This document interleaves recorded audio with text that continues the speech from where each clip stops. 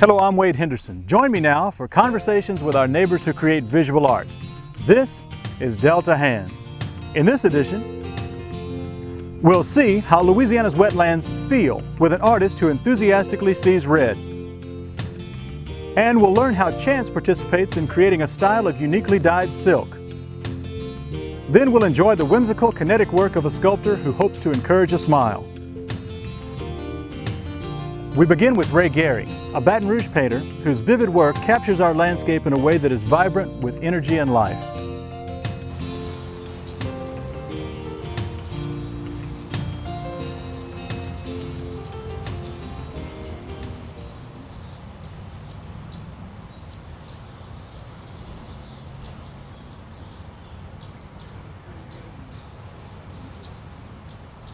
I try to use colors that give more of an emotional response to the landscape rather than what is actually there. I try to push what's there. I may see a hint of a red and I make it much more vivid. I try to push it as far as I can push it and get away with it. And so I want those colors to be an emotional response to the landscape more than anything else.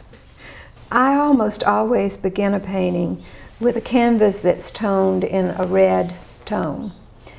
And that's because I'm very highly stimulated by red. It makes me excited about the painting before I ever get started. I had red walls in my home before it became the fashionable thing to do. And I'm very stimulated by it. So I start with this red canvas, and so there's no way I can get muddy colors because I'm working against this bright background. I often have people say, how can you judge your values against such a bright background? But the kind of painting I do, I'm not really concerned so much with values.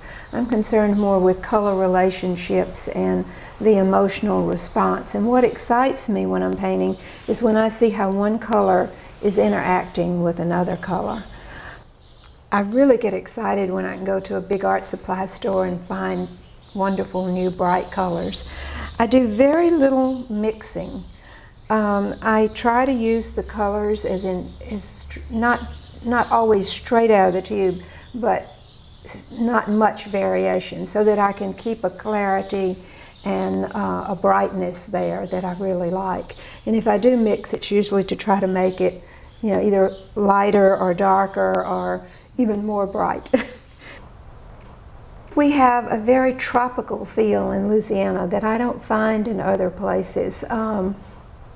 It's more lush, and there's more to work with. For many, many years, I didn't paint Louisiana.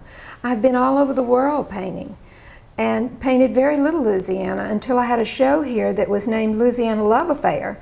And I really had to fall in love with Louisiana in order to do that show.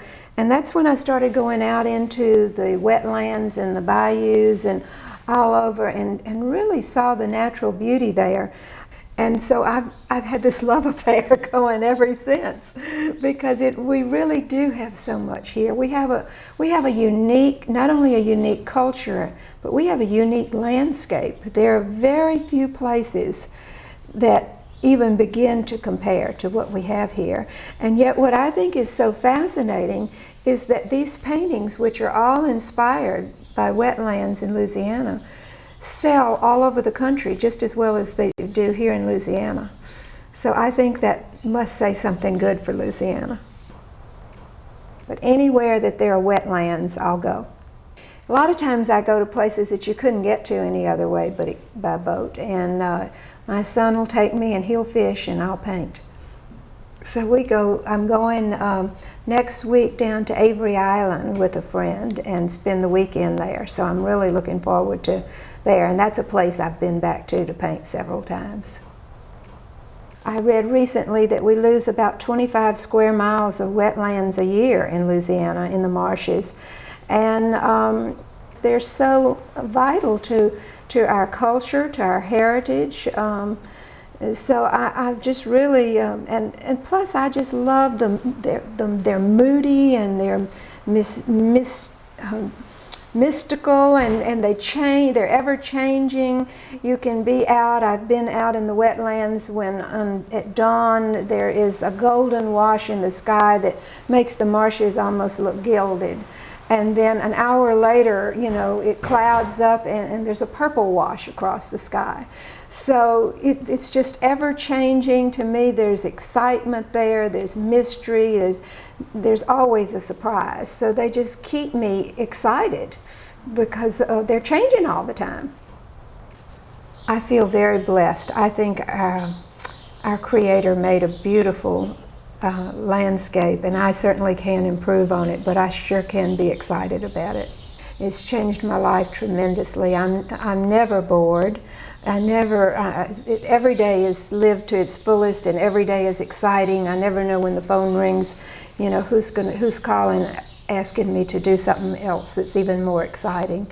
So it's been a wonderful, wonderful thing to have in my life. In fact, I hardly go out of the house anywhere that I'm not squinting and thinking about shapes and relationships of this shape to that shape. I'm also very aware of the landscape. I'm looking at everything. I'm seeing things that in the past I might have hurried by. It makes you much more observant, much more sensitive to what's going on around you. And no matter what I'm doing, in the back of my mind, I'm thinking about a painting or a relationship that could be used in a painting. People tell me that looking at my paintings makes them feel very happy, so that thrills me to hear that. It's all worthwhile if it makes people happy. We have enough dark things going on in the world today, so maybe I'm bringing in just a little bit of the opposite.